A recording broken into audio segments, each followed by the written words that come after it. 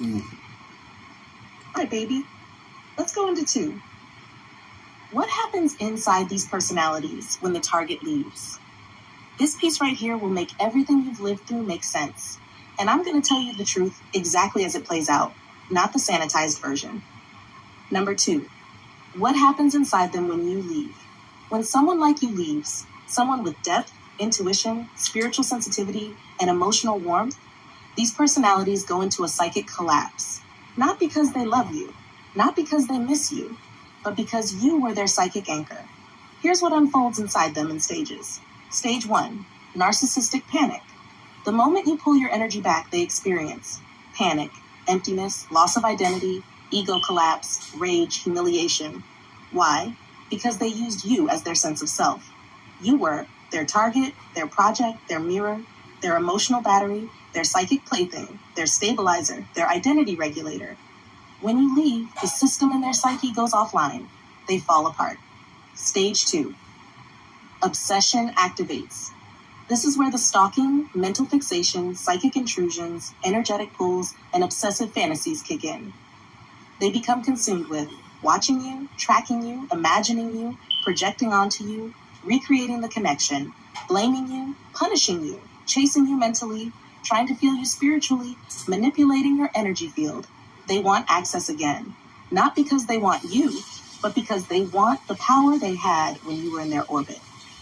Stage 3, rage fantasy fusion. This is where things get dangerous.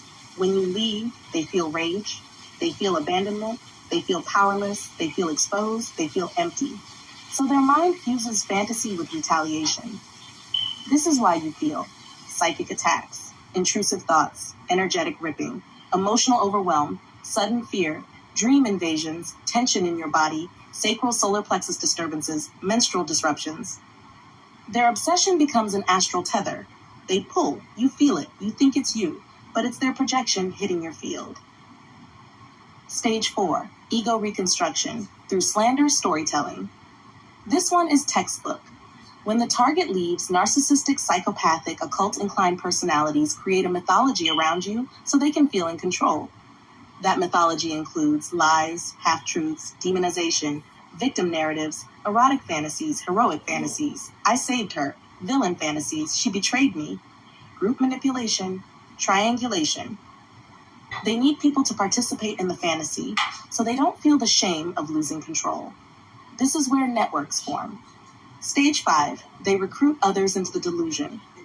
This is why it always looks like gang stalking even when it's not literally organized. Because these people talk, rant, embellish, cry, gossip, manipulate, dramatize, tell half-truths, recruit other unstable people, and suddenly it feels like a group is acting toward you with similar energy. Why? Because dysregulated people synchronize. A damaged person attracts other damaged people. And once your name is in their mouth, other unstable personalities become activated, curious, threatened, or interested. This is why multiple people behave strangely, not because you're imagining it, because the drama traveled.